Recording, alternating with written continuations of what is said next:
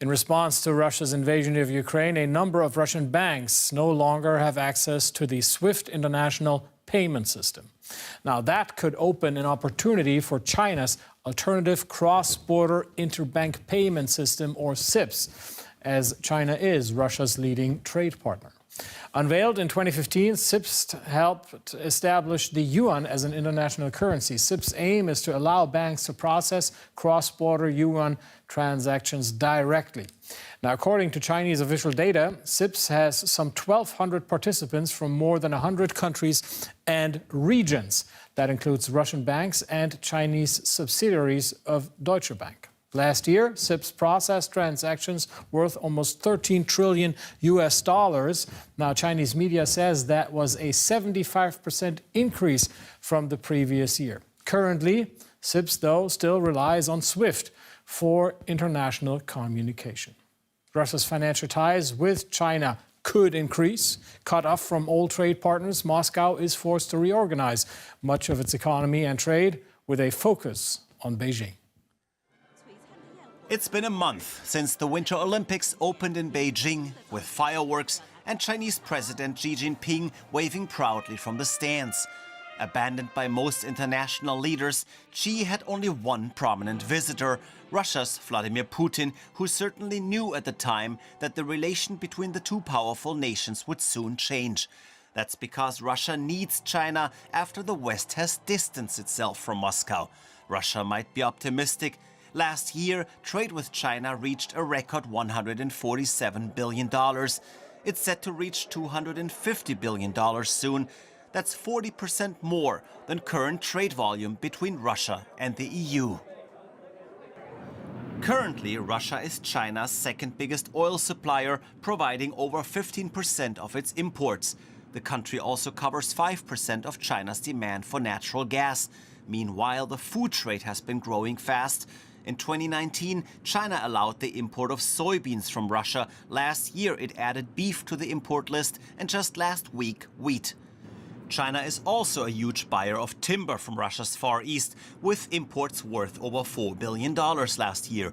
As for trade in the other direction, China sells machinery, mobile phones, cars and consumer products to Russia, with exports up 34% last year.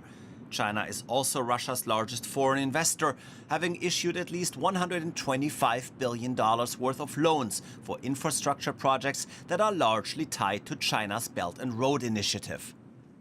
As Russia counts on China as its new key trade partner, Beijing might show some hesitance, though, wary of trouble with its Western partners should it run afoul of sanctions.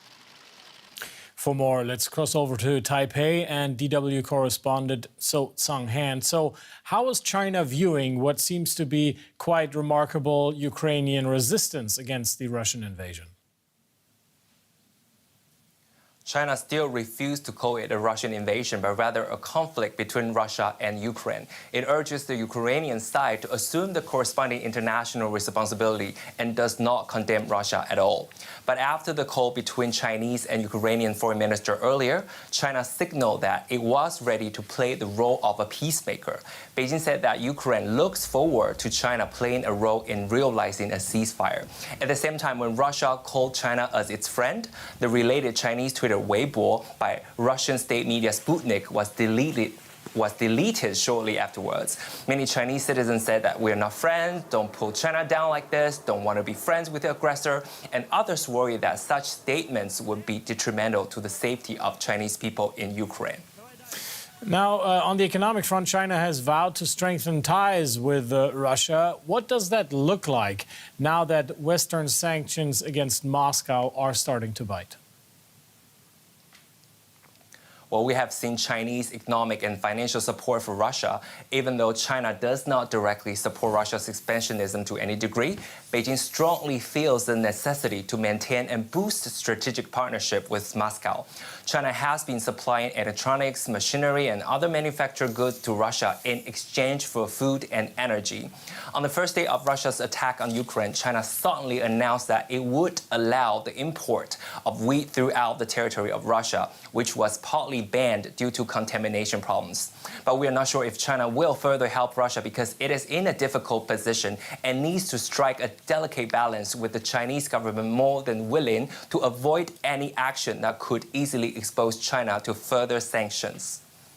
So, speaking of possible partnership, now that a number of Russian banks have been kicked off the international payment system SWIFT, are China and Russia going to link both of the national financial transaction systems each one has been putting up? Despite the fact that Russia and China have strengthened the de-dollarization of local currency settlement in recent years, Russia and China still rely heavily on SWIFT for cross-border settlement payments. In 2017, Commercial Bank of China launched its renminbi clearing bank business in Moscow. A number of Russian banks have joined it, and Russian-Chinese gas, oil, and gold transactions can be settled in renminbi. But even if the settlement and payment information of China and Russia can be exchanged within the country by passing SWIFT, the cross-border exchange can only be done through SWIFT. Besides, in order to promote the internationalization of renminbi, it is difficult for China to act independently of SWIFT. It is a very complicated issue, and we don't see how it can ease Russia's pressure in the short term. DW correspondent So Sang-han in Taipei. So, thank you. Volkswagen and BMW are the most recent examples. The two car makers just announced they're temporarily halting production in some plants as key components are missing. Russia's invasion of Ukraine and the West's sanctions against Moscow are disrupting supply chains, which are yet to recover from the coronavirus pandemic. The closure of Russian airspace because of the invasion is set to cause massive restrictions on international air cargo and air traffic. Cargo flights and passenger aircraft to Asia have to take a different route. Lufthansa Cargo says that flights from Central Europe to Japan, Korea, and China can take up to several hours longer and can carry up to 20% less freight. This will make flights and freight more expensive. Shipping is also feeling the consequences of the war and the sanctions against Russia. The world's largest container shipping company, Maersk, suspended most container deliveries to and from the country. Freight traffic with Russia is at a standstill. Factories in Europe's biggest economy, Germany, are worried about bottlenecks, especially in raw materials and intermediate products, and possible price increases. German car makers have around 50 suppliers and manufacturing sites in Russia and Ukraine. It's still too early to predict what impact the war will have.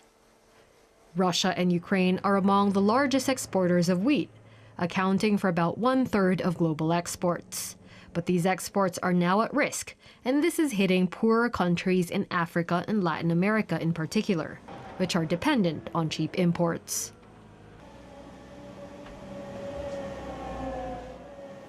And now to some of the other global business stories making headlines. Apple, Ford, and ExxonMobil have joined the rank of companies who halt business in Russia. Apple said it would stop the sale of iPhones and other products in the country.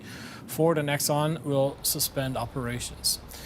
Germany's Siemens now says it will also suspend business in Russia. Russia's biggest lender, Sberbank, is exiting the European market as Western sanctions tighten following the Russian war in Ukraine. The announcement came just hours after the European Central Bank ordered the closure of Sberbank's European arm following a run on deposits. Home rental company Airbnb says it'll offer free temporary housing for up to 100,000 refugees fleeing Ukraine. CEO Brian Jeski said sent letters to leaders of Poland, Romania, Germany, and Hungary offering help to house the people. At least 300,000 Ukrainian refugees have entered the EU since the Russian invasion began. A firm that tracks cryptocurrency transactions says more than $33 million in the digital currency has been donated to Ukraine's government and non-governmental organizations based in the country. Ukraine has received the donations mostly in the form of Bitcoin and Ethereum after making an appeal on Twitter last week after it was invaded by Russia. And as corporations around the world review their business activities in Russia, big trade gatherings are taking a stand as well. The Mobile World Congress in Barcelona is the world's biggest mobile phone show, and it's taking place this week. It has limited Russian companies' access to the event. At the Russian stand, there's little sign of the company's country of origin. Even the name Russia has been taped over, apparently at the request of the Congress's organizers. Most of the participants here are software companies, like AVSoft from Moscow. They say sanctions are hitting the wrong targets. Of course, I repeat, business is not connected with policy at all in modern world.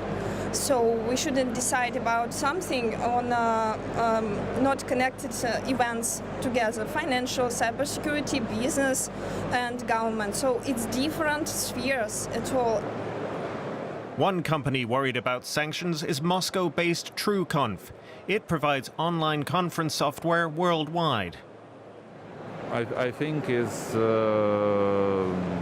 could be significant for all Russian companies and so on. After DW's camera was turned off, he said he'd likely have to split the company into two, one in Russia and one in the EU. The Russian war against Ukraine and sanctions are overshadowing the Mobile World Congress, at a time when participants had hoped to get back to business as usual after 2 years of the pandemic. So what's in store next for the business world? Every industry is going to have some kind of impact. I mean, clearly we already had a geopolitical divide in the world, and this will further enhance that. The only company from Ukraine slated to participate this year, a virtual reality studio from Kiev, wasn't able to attend because of the war.